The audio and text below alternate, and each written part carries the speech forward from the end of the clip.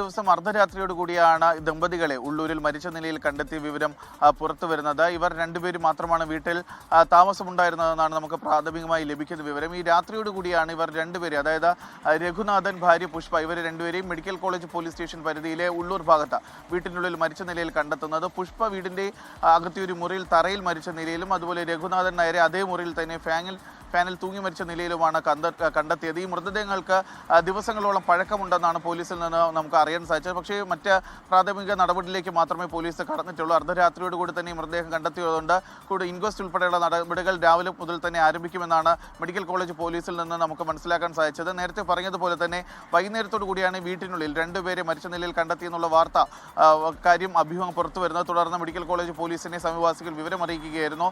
Police എത്തി വീട്ടിന്റെ അകത്ത് കയറി പരിശോധിച്ചപ്പോഴാണ് ദുർഗന്ധം വമിക്കുന്ന നിലയിൽ ഈ രണ്ട് മൃതദേഹങ്ങൾ കണ്ടെത്തുന്നത്. പുഷ്പയുടെ മൃതദേഹം വീട്ടിന്റെ ഉള്ളിലെ മുറിയിൽ തന്നെ തറയിൽ കിടക്കുന്ന നിലയിലായിരുന്നു. സമീപത്ത് തന്നെ ആ മുറിയിൽ തന്നെ ഒരു ഫാനിലായിരുന്നു രഘുനാഥൻ നായരുടെ മൃതദേഹം തൂങ്ങിയ നിലയിൽ കണ്ടെത്തുകയും ചെയ്തിട്ടുള്ളത്.